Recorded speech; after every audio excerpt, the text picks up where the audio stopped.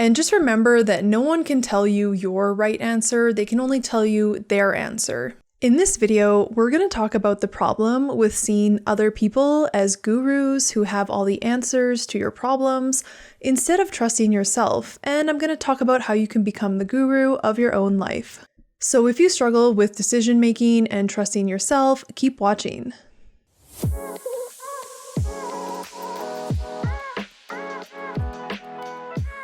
I used to struggle with making decisions. It would take me so long to make a decision, and I would go around and around in circles, and I would make pros and cons lists and talk to everyone that I knew. And after all of that, I would still feel super uncertain about making a decision. So I'm going to be sharing with you what I've learned up until this point about decision making and hopefully share some tips that'll help you make decision making a little bit easier in your own life. So the big problem here is when we start to outsource our decision making to others and we start to see other people as the gurus that know better than we do about our own lives. And many of us may have learned over time to outsource our decisions to others. So this can look like asking a bunch of people that you know or going to Google and just looking for answer after answer after answer. And the thing is, if you ask the 3 different people the same question, you're very likely to get 3 different answers. And none of them is necessarily wrong. They just have different lived experiences, different perspectives, different values, things like that. And all of those shape the answers that we will give. And a lot of the time, any advice that you receive from someone else is just their opinion or what worked for them, and they're a different person than you, so you need to figure out if that is going to work for you as well. So looking to others can be really helpful for different perspectives or for inspiration, but not for concrete answers. So it's really important not to blindly take the advice of others because you're just having a hard time making a decision. And it can be really helpful to consider the other person's situation, where they were starting from, why they tried what they tried, or why they're giving the advice that they're giving, and how their own actions improved their life. And you can ask yourself, am I in a similar position? Do I have similar values? Do I want similar outcomes to this person?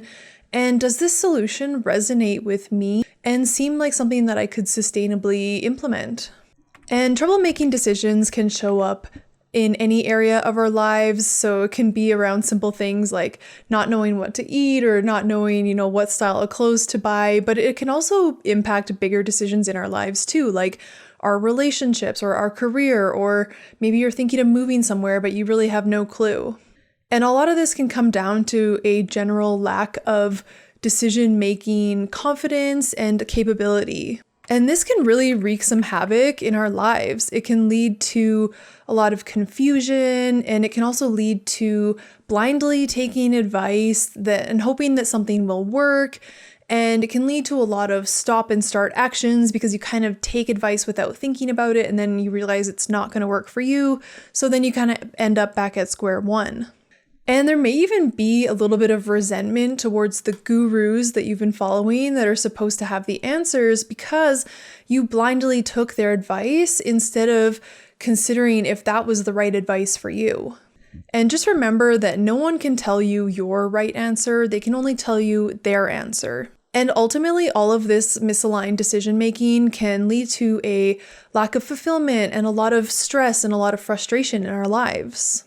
And this is also important because all of these decisions can take us down little detours that can sometimes teach us some tough lessons in life. Or the lack of making a decision in general can keep us stuck from moving forward even when we really desire to move forward. So aligned decision making can really lead to a purposeful and fulfilling life. So where does this problem come from in the first place? Why do so many of us struggle with decision making? And from my perspective, it's because a lot of us have lost touch with our inner compass. From birth, we're slowly conditioned through adults, teachers, and our culture to be a very specific way. And if the kind of generally accepted norms of your society are different than how you may instinctually want to behave or live your life, then you may over time start to ignore your own inner wisdom and conform to fit in. We are herd creatures. We want to fit in. We want the safety of being part of a group. And so over time, the more that you ignore your own inner wisdom and you give away your decision-making power, the more you can lose confidence in your ability to make decisions and the more you lose trust in yourself. And this can make both identifying your truth and trusting your truth very difficult. And on top of this, we've also been heavily conditioned to rely on our minds rather than our own body intelligence or this innate inner wisdom that we all have. And what I mean by body intelligence are things like those gut hunches or your intuition or things like that. And learning to connect to those rather than relying on your mind, which is going to want to make a pros and cons list or just gather more and more and more information and not really be able to help you make that decision. And in my experience, the use of pros and cons lists and just gathering more and more and more information really just leads to more confusion than clarity. And one last take on how we start to get off track with our decision making can come from the human design system. So some people may be prone to impulsively making decisions, either agreeing to things when they're excited or kind of quitting things when they're feeling down. Some of us have lost connection with our gut instincts and those kind of gut knowings. Some of us have forgotten how to listen to our intuition. Some of us have forgotten how to follow our desires. Some of us just need to talk it out more with a friend to hear our own truth, and we aren't doing that. And lastly, some of us are not waiting long enough to make those important decisions. And I'm pretty sure that most of us would love to feel more ease and certainty when it comes to making decisions rather than confusion or stress. And you want to feel like you're making the right decisions that feel aligned with your inner wisdom and will truly improve your life. And I'm sure a lot of us would love to take fewer detours as a result of making misaligned decisions. So how can we build our confidence and start getting back in the groove of making decisions with ease and trust? The first thing I started with was learning to flex my decision-making muscle, and I started with pretty low stakes things. And it was learning to make decisions without referring to people or needing to talk to a bunch of my friends or talk to my mom or things like that. I really wanted to start learning to make decisions just by myself. And if I happen to make the wrong decision, that's okay. This is kind of seen as an experimental period where you're just learning to make decisions again and you're just gathering that feedback. If you make a decision and you're not happy with how it goes, then that's just feedback that that's not for you. You've just learned something new and you can just move forward from there. Another thing to remember is that other people or Google or videos on YouTube, just like this one, are great sources of inspiration and wisdom, but don't expect them to have the answers to your problems. So use online resources and other people as a way to expand your perspective or maybe just soundboard a little bit, and that could maybe expose you to possible solutions, but don't expect someone to have the exact answer and know what's right for you. So your goal when you're looking outside of yourself is always to look for inspiration and look for other sources to expand your perspective, but know that ultimately it comes down to you to know what is the right answer and what resonates with you and your specific situation and things like that. My last tip is learning your human design. This is a system that's kind of like astrology, but not really. It uses your birth time and location and can give you a lot of really useful information about yourself. And it kind of is like the blueprint to being your authentic self. And this system specifically will share with you something called your authority. And this is your unique way of making decisions. And this is your way of tuning into that body wisdom that I was talking about earlier, rather than deferring to your mind. So once you know what your human design authority is, you can refer back to this section and see what might help you make better decisions. So if you have an emotional authority, then you may have been used to making emotionally charged decisions. Maybe when you're excited, you agree to something, and then when you're feeling down, you kind of want to quit things. And for you, it's really important to wait till you're calm, cool, collected, and feeling more emotional clarity rather than the ups and downs that you may be feeling as time goes by. And it's really helpful for people that have this type of authority to wait at least 24 hours before making a decision. If you have a sacral authority, this is all about trusting your gut and really learning to tune back into feeling your gut in the first place. A lot of generators lose their connection to their sacral because we've been so conditioned to make decisions with our minds. If you have a splenic authority, this is all about tuning in to those quiet, fleeting whispers of your intuition and learning to trust them in the moment.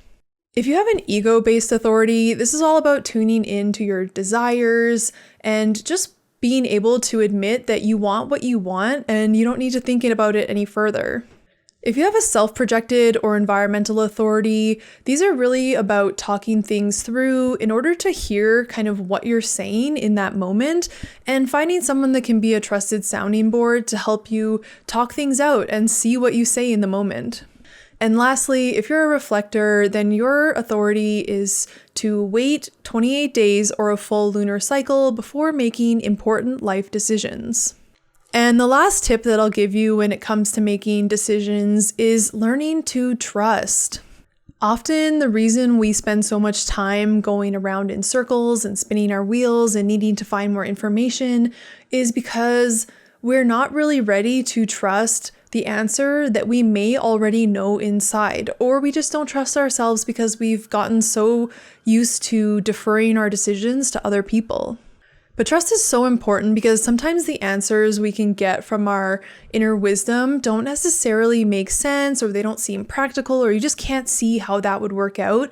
And so it really is an exercise in trust to start experimenting with your inner wisdom and following it, even if it doesn't make sense in the moment, and seeing what magic can unfold. So let's summarize everything that we've covered in the video up until this point. First, through conditioning, we start to lose the ability to make aligned decisions. We're encouraged to conform to societal norms, and we're also really encouraged to think things through and make decisions with our minds. So over time, we lose that connection with our inner wisdom, and we lose the trust in making decisions. And this can lead to starting to look outside ourselves, to others for the answers that we need in our lives. And this can cause a lot of confusion, a lot of stress, a lot of spinning our wheels, and it can also just lead us down roads that take us on detours that sometimes teach us painful lessons. And the solution really lies in starting to rebuild your decision-making muscle and seeing others as a source of wisdom and inspiration, but not as the final answer, and just using others to expand your perspective.